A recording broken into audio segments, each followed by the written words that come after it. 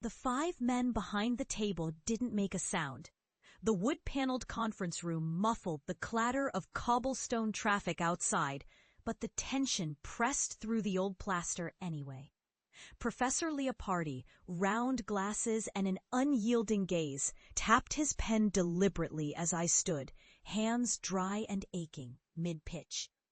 "My film," I said, effort heavy in my voice, "tracks a flea market vendor through Testaccio.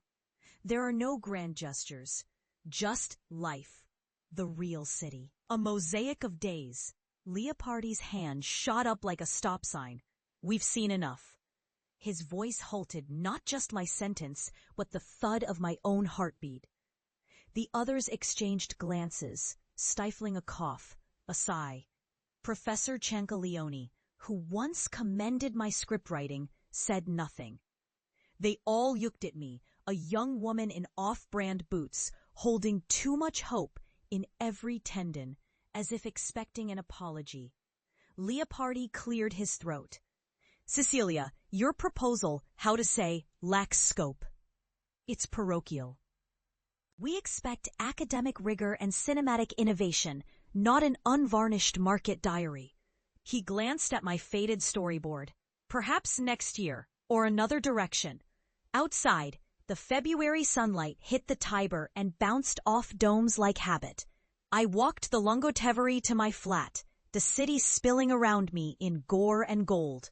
Deliverymen shouting, Vespas slewing, a beggar at the fountain, her hands raw with cold. I called my mother anyway. She would want to know. She always did. "How did the meeting go?" she asked, voice brittle as crisped bread. They said no, too small, lacked scope. She made a noise, not quite sympathy. "Maybe study something serious, or at least safe. The pharmacy will always need you. Or your father's cousin works at the ministry." "I'm not working at the ministry." My voice came out low, hard. Her silence lingered. "You know Nana always said dreams are for sleeping."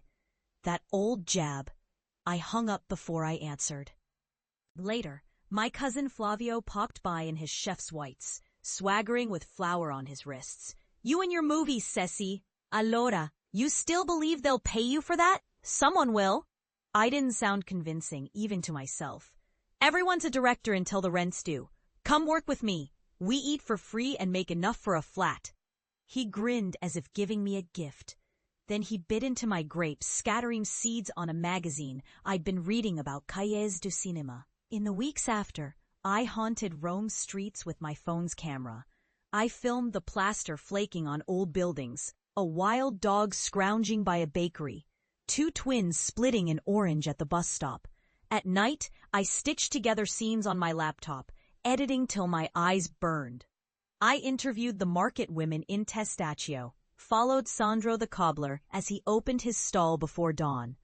None of it paid, none of it solved anything. But in the grainy heart of footage, some small stubborn joy pulsed. When word got round that I'd been rejected again for university funding, my brother Carlo posted a meme in the family WhatsApp group. A donkey in a film director's beret, waving a clapperboard. The caption read, "Lights, camera, asinine." Even my aunts weighed in. "You are so emotional, Cecilia. You must learn to face reality. Your stories are nice for holidays. Otherwise, they are a waste." They never said it to my face, but I could see it at Sunday lunches. The way they poured me half a glass, the way their eyes slid past me when talk turned serious. Only my friend Ariana came to my cramped flat, sitting amid piles of notebooks and camera gear. "It's not the end of the world," she said one Sunday in April, drinking weak cafe. "Look at all you've made. Submit it to festivals or online platforms. Film is changing." I thanked her carefully. Sometimes her faith felt like pity. So I tried. Every open portal, every little contest, every Emerging Voices program. Each entry fee pinched my bank account smaller. I kept working at an English language school, tutoring spoiled expat kids who cared more about TikTok than conversation. A year passed. Another. Each rejection felt like a new layer of stone laid atop my heart. Some nights I walked the city for hours, wondering how many dreams had died under these same lanterns before anybody even noticed. Once, at a family birthday, Zio Giulio cornered me by the cheese platter. "You know, I tell everyone my niece makes documentaries. She follows tramps around, films the garbage, the whole thing. Such, what do they call it? Cinema verite." His laughter was light, not cruel, but I swallowed half my wine in one go. Later, hiding in the bathroom, I looked at my face in the mirror, red, older, tight at the jaw. I tried not to cry. Not there. I thought about quitting truly, properly, giving up one September night as a fine rain slicked via Ostiense and the city pressed close with loneliness. The film industry, such as I saw it, was a locked room, and my fingers were bruised from knocking. Instead, I kept going. I took freelance gigs, wedding videos, Instagram promos for local bakeries, an indie band's music clip that paid in sandwiches. My hands learned the weight of tripods, the rhythm of quick edits. The difference between honest sound and cheap effects. The break, as always, came like an accident. A Canadian documentary collective, Real Waves, had an online contest for ultra-short urban snapshots. I sent in Roma Piccola Notte, a 3-minute collage of after-dark Testaccio, voices and faces fading over crumbling stone. A month passed. My phone woke me with a buzz so early it might have been a dream. "Cecilia, congratulations. Roma Piccola Notte shortlisted globally. We would like to showcase your work. There is a grant for your next project. Let's talk." I barely believed it until they wired money into my account. I stared at the screen until the dancing digits stilled my panic. With their backing, I made something riskier. A full-length hybrid docu-fiction about street performers around Circo Massimo. No stage dramas, just their routines, their voices, the grit and heartbreak of hustling for coins while traffic howled. I shot for months with borrowed gear, alone most days, invisible, rehearsing my shots in crowded piazzas. The new project, Allegri Fantasmi, didn't sell at Cannes or Venice, but it won a handful of international festival spots: Seattle, Rotterdam, Melbourne. Critics called it fresh, even luminous. One wrote, "Cecilia Altieri makes the small, relentless cities sing." Major Italian distributors didn't queue for it, but my phone filled with emails, invitations to panels, offers to collaborate. I pieced together a living from screenings, teaching workshops, filming the city in 100 odd ways. But the biggest moment was closer to home. 3 years after the committee corridor, that drafty room in its mahogany exile, Rome's newest cultural project announced its centerpiece, the newly restored Cinema Adriano, a historic theater shut for decades. For its first showcase event, the city's Arts Council selected Allegri Fantasmi. It would premiere, not online or in a rented gallery, but in the golden main hall, under the carved roof that had once sheltered Anna Magnani herself.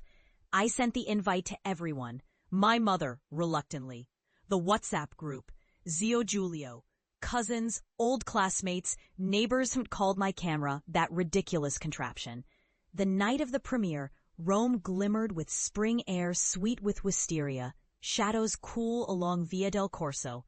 I waited in the lobby. My stomach knotted so tightly I couldn't swallow even a sip of water. The marquise glowed. Allegri Fantasmi di Cecilia Altieri. I saw my mother arrive first, in a too formal coat, glancing uncertainly at the mosaics. My brother trailed her, still skeptical, cracking jokes. Flavio texted, "Lost? Which level?" in all caps. Then they came, Professors Leopardi and Ciancaleoni, older now, chatting with nervous curiosity. Mostly, though, I watched the family. I wondered what they were thinking, what private calculations passed behind their eyes. The theater was nearly full. Critics mingled with friends, local press with ex-schoolmates. Arianna hugged me tight. You did it, Ceci. You really did. Lights dimmed, chatter faded. There was no seat left for me, so I stood at the back, breath shallow. The film played. For 80 minutes, the street artists rose from shadows. A violinist risking eviction for her music. A fire eater recounting her fear of crowds. A mute clown sketching Rome's changing face on a battered sketchpad. I'd spent months collecting every thread tightening, softening, trusting moments of silence as much as speech. As the credits rolled, the audience stilled, a long silence, like the city itself holding breath. Then, first a hand, then dozens, applause erupting, a shimmer I felt through every bone. In the golden light, I saw my mother dabbing her eyes. Carlo clapped without irony. Flavio rose, whistled, shouted my name. In all of it, lights, faces. The old palace made bright. I saw Professors Leopardi and Cianciolioni standing. Leopardi's arms full. Flavio clasped my shoulders, pride washing the mockery in his voice. Ceci, this was bellissimo. I almost didn't recognize our city, or you. My mother didn't say much at first, just took my hand, squeezed hard. Later, back at my flat, she whispered, "You built something real. You showed them who you are." Weeks passed, the city warming, festivals sending more invites. I visited markets, bought bread, took the bus past Testaccio. Market vendors who'd once thought me nosy smiled, waving me over. "Brava, signorina regista." None of the scars faded. I had not forgotten the years of mockery, the aching solitude, the taste of holding words in my mouth rather than letting them break free. But I walked my city, my Rome, into new mornings.